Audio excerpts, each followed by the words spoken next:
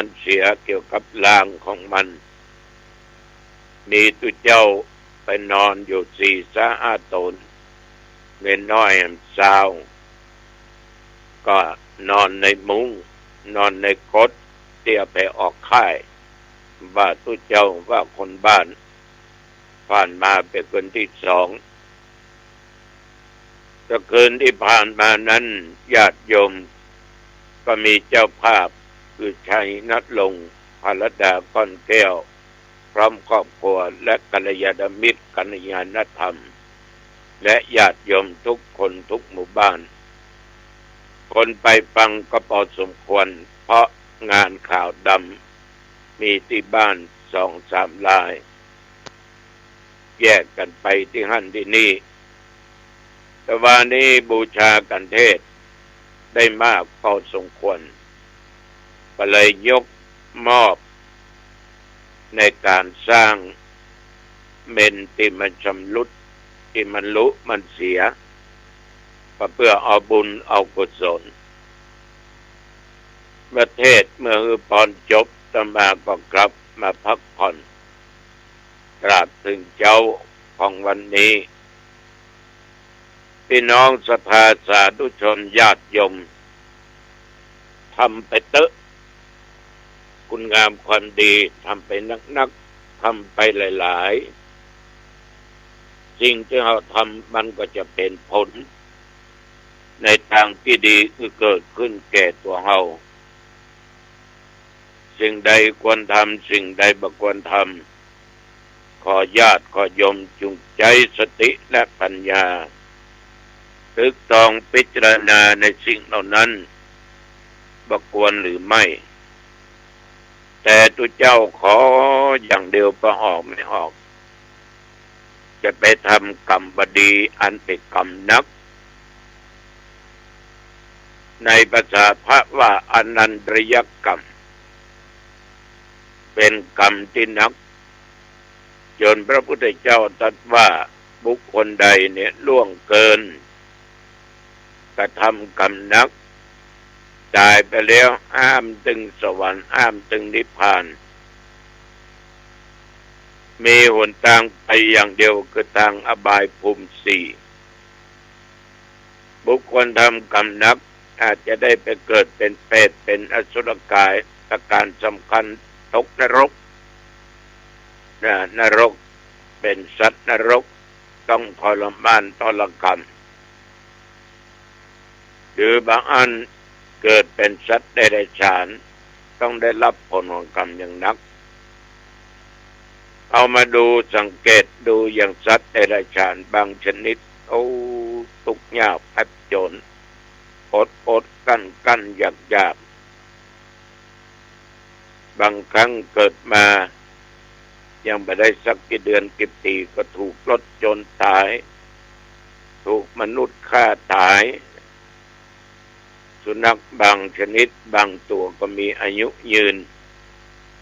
อยู่อย่างสุขสบายกินสบายนอนสบายหน้าหนาวโดนนอนห่มมาตัวจุ้งวะ ดังนั้นโยมทั้งหลายคนที่ทำกรรมหนักยกตัวอย่างพระเตวทัตเนี่ยเคยเล่าสู่กันฟังคิดฆ่าพระพุทธเจ้ากิ้งบีนลงมาสะเก็ดหินจงไปถูกเส้นนิ้วเท้าของพระองค์ช้ำเลือดปล่อยจางตกมันเวลาพระพุทธองค์ออกบิณฑบาตจะให้ทำร้ายจะให้ฆ่าพระพุทธเจ้าคบกับพระเจ้าอาชาติศัตรูทำทุกอย่างเพื่อจะทำลายส่งหรือแตกแยกเพื่อจะยังพระพุทธเจ้านั้นได้ตายไปเดี๋ยวจะยกตัวเองเป็นตถาคตเป็นพระพุทธเจ้าทรมานทรกรรมใจตัวทำกรรมหนักกับพระพุทธองค์ในที่สุดญาติโยมกรรมนั้นบัดนี้ไปไหนเป็นเนี้ยจะได้บ่ฮู้ลูกศิษย์เอาเข้ายอกกินหน้าอกที่ลิ้นปีสุดลงไปก็นึกถึงกรรมต่างๆที่ตัวเองได้กระทำกับพระพุทธองค์ อยากจะไปขอขมาอยากจะไปขอโทษขออภัยบอกหมู่ลูกศิษย์ลูกหาแผงแค่นั่งบนแค่พระเจ้าทั้งหลายก็หามไปเนาะแดดก็ร้อนไปถึงที่สระน้ำบอกลูกศิษย์ลูกหาเอาแค่วางลงตั้งใจจะล้างหน้าล้างตาเอาน้ำมากินน้ำมาใช้ประกำแค่ลงดินป่าตินแตะแผ่นดินหนาสุพเทวทัตเนี่ยคนที่ทำกรรมนักนางจินจามณบิกาผู้ต้องรอพุทธเจ้าหาเรื่องหาราวกับพุทธเจ้าก็ทำกรรมนักในที่สุดแผ่นดินก็สุกตายญาติโยมยุคปัจจุบันนี้นักแก่เนี่ยเท่าที่ฟังข่าวฟังนั้นฟังนี้อันนั้นอันนี้คนฆ่าพ่อฆ่าแม่นี่นักฆ่าด้วยขาดสติสัมปชัญญะบรรลุบาปบรรลุบุญบรรลุคุณอย่างใดๆส่วนมากเมายาเมาเหล้า สติปั่นเปือนบ่ฮู้ใครเป็นพ่อใครเป็นแม่พอสตางค์บ่ได้ผูกแขนผูกอาฆาตนึกถึงแม่ได้เขียนได้ตีได้สั่งได้สอนก็เป็นโคตรเป็นเกียรติลูกบางคนซ้อมแม่จนตายซ้อมพ่อจนตาย ว่ามาซื่นก็มีแล้วเนาะบางคนก็ฆ่าพ่อฆ่าแม่โดยอาวุธต่างๆโดยลำแข้งลำมือของตัวเองเพราะย้อนเขาได้สตางค์ไปซื้อยามาเสพซื้อเหล้ามาดื่มมากินเลยทำอนันตริยกรรมมีเจตนาอันแน่วแน่ตายแล้วห้ามสวรรค์ห้ามนิพพานไปสู่นรกอย่างเดียวไปอดกั้นอย่างยากไปทรมานทรกรรมผู้มีพระคุณทั้งหลายบอกว่าจะเป็นพระสงฆ์องค์เจ้าปู่ย่าตายายผู้เฒ่าผู้แก่ครูบาอาจารย์อุปัชฌาย์คนไหนก็ตามที่มีพระคุณต่อเรามากนั้นไปทำกรรมนับแต่ท่านไปฆ่าท่าน อันนี้ก็ตายตกมโนหกฉะนั้นปิตุฆาตมาตุฆาตฆ่าบิดามารดาฆ่าพ่อฆ่าแม่เป็นกรรมนักทำลายพุทธเจ้าจนเลือดย้ำอย่างเทวทัตยกตัวอย่างมานอกจากนั้นญาติโยมท่านผู้ฟังทั้งหลายก็มีการกระทำร้าย